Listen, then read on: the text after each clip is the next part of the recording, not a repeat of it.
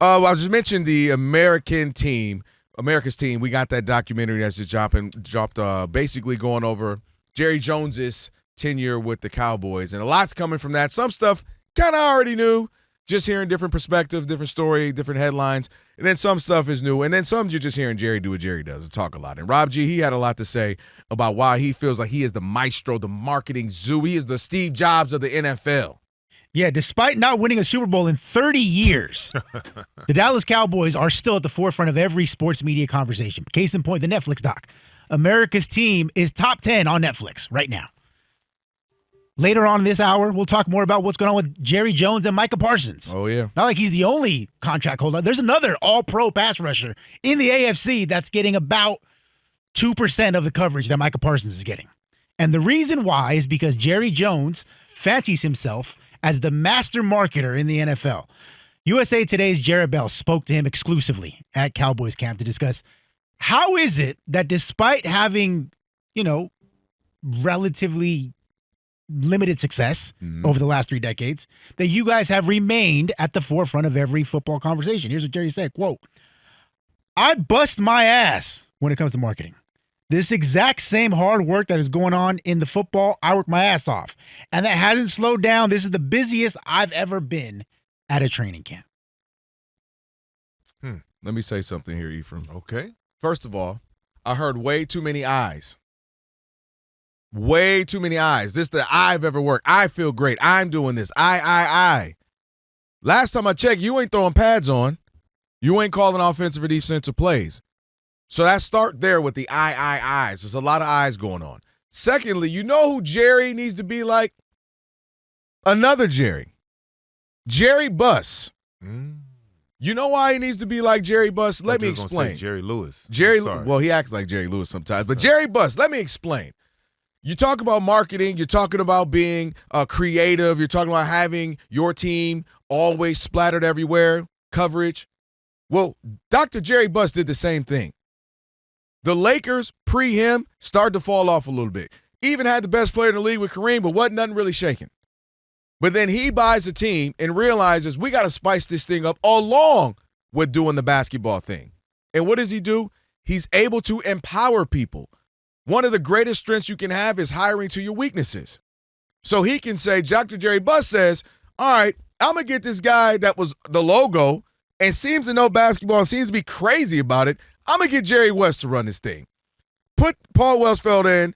All right, you know what? This ain't working out right now. Go ahead and put Pat Riley in. Let them do what they do to the tune of getting Phil Jackson later. My point is you empower people to do what they do while you bring in the Laker girls, while you bring in the celebrities, you bring in the Forum Club, you bring in all of these things, and you just make the atmosphere great. Everybody wants to go to the Forum, which then eventually would turn to Staples Center.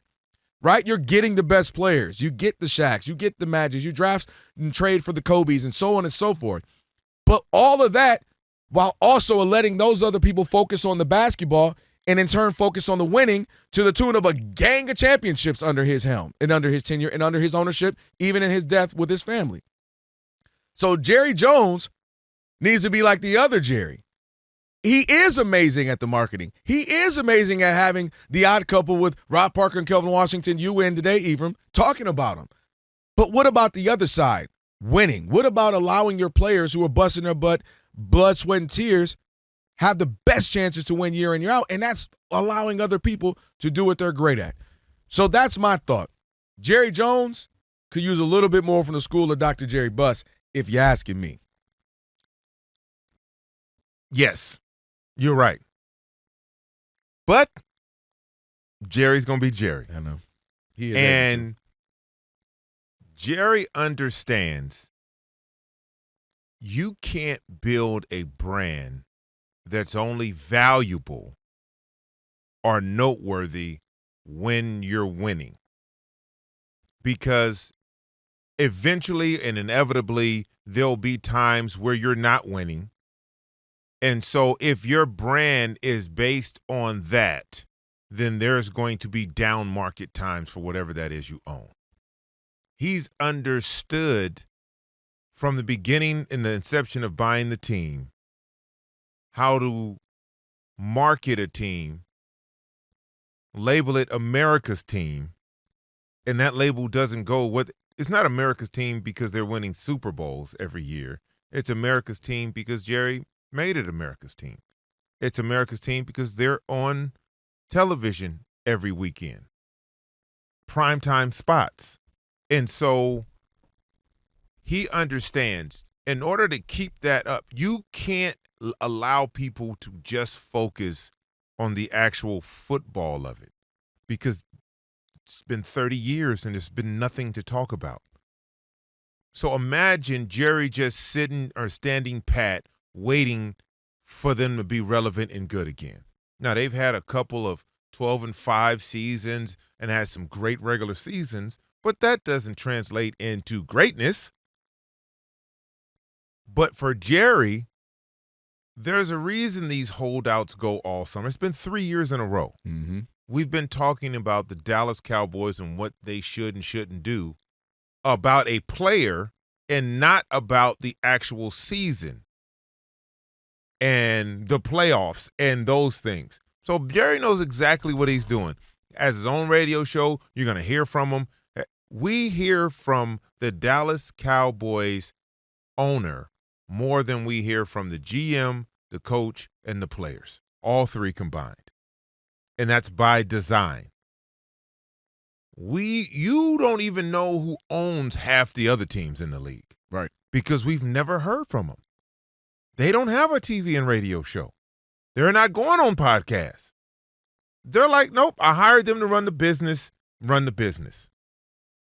This is Jerry's business. Most owners now have made their money, their vast wealth in other things. This is Jerry's baby. Now, he came from energy and oil and all of that, but this is making Jerry, this is his highest asset, Yeah, I would bet. If the Lakers just sold for $10 billion. Oh, he got about and 13, who was 14. that? Was it the Washington that sold for $6 billion? Mm-hmm. What are the Cowboys worth?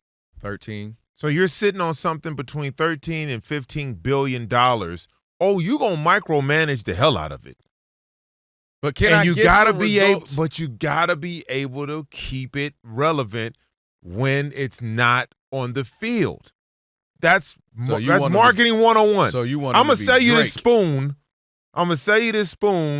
Even though you can only eat spaghetti. Right? Mm-hmm. Like that's marketing. I'm going to sell you this thing and have you opt into this thing even though it's not relevant or you don't need it. The pushback I have is the Lakers, because they mastered the Lakers are the Lakers even when they're down. Mm-hmm. People still, the first thing on you name the show, if LeBron and Luka start 2-7 or go 7-2, talking about the Lakers. Yeah, it's Kobe Bryant with a horrible team. What's wrong with the Lakers?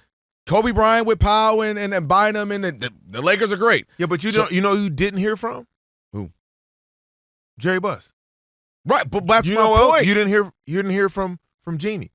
That's my point, is that why can't I have it where we built the equity and we're relevant, but we also win? He not starting. First of all, we know they don't understand. Like, Jerry doesn't, when he's putting his teams together, right? He loves to draft players and then pay those players he's drafted because it's like, no, they deserve it and it's here. That's why I think the Micah Parsons deal is going to get done in the next couple weeks. So everything is working the way he wants it to work, period. There is no, his son, Steven, they're not going out and doing things outside of what Jerry okays and what Jerry wants to do. He doesn't mind us talking about Dallas and how inept they are, and I don't know why he's doing this, and he should do this, and he doesn't care. All the criticisms, Floyd Mayweather, we had talked about him a lot on the show yesterday. He said, look, I don't care if they're buying the fight to see me win or to see me lose, as long as they buy in the fight. Yeah. Jerry doesn't care if we opt in to see him win or lose. as long as we opt in.